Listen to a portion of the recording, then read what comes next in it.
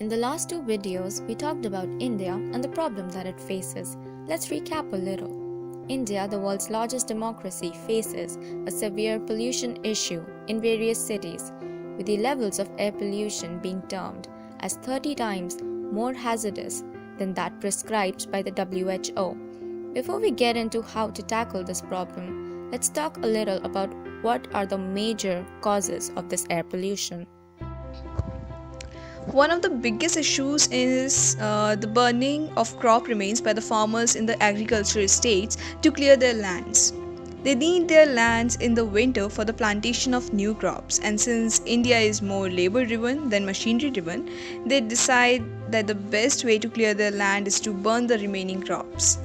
This crop fire creates lots of fumes that are carried to the big cities like New Delhi and go even further into other states, and you remember the great fog of Delhi that happened in 2017. Second issue is the excruciating numbers of cars in the large cities. Because we have a large population, we need infrastructure to support it. The public transportation system needs to be improved. The number of buses is limited. They don't function on time, they're always overcrowded with people hanging out of them.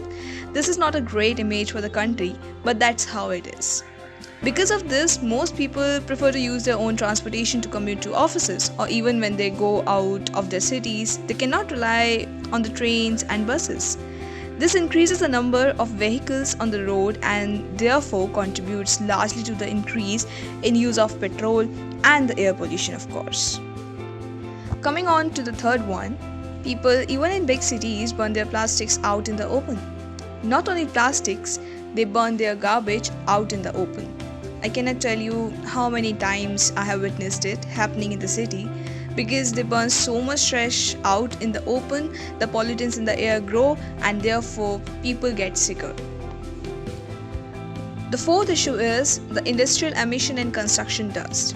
Construction dust is very harmful, and we see everywhere there is a building being constructed or the hospital is being constructed, and there are no measures to ensure that this dust remains local.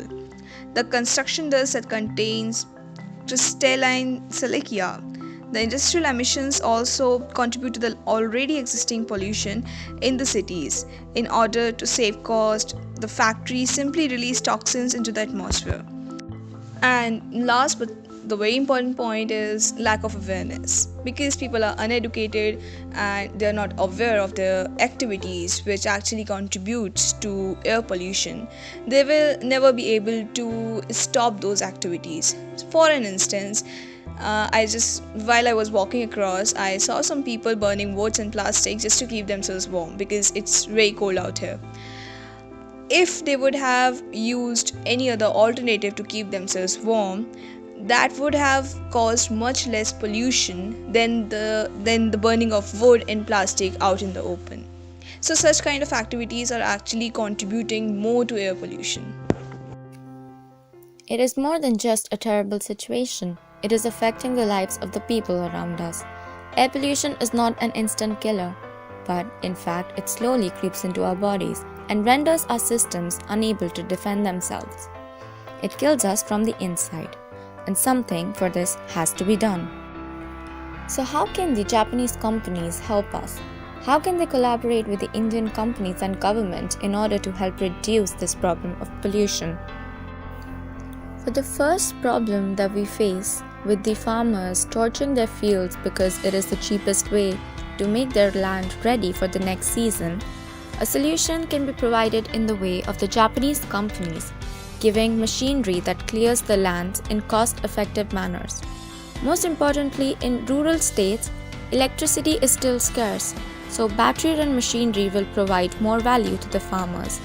These should be widely available to them, and also they should be cheap, because farmers in the agricultural states are poor and cannot afford high technology if it is very expensive.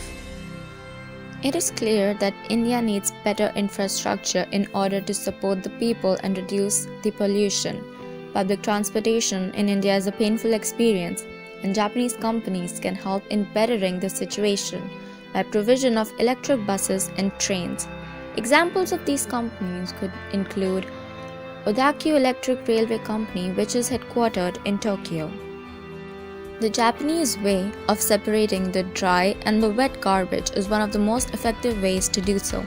This education is required in India in order to ensure the proper disposal of garbage and to ensure that they are not burned.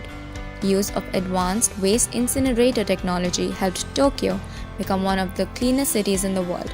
Companies like Zico Inc., Amatec Land, Degremont Technologies, and Kubota have a great opportunity in India with their advanced technology and the existing need.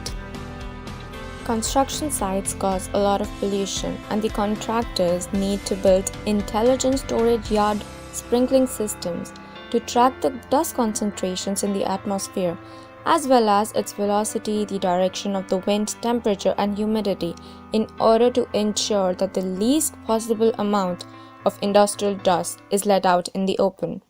Ryuki Engineering Inc. is a Japanese company that provides a solution to this problem, and it's spread out in the open.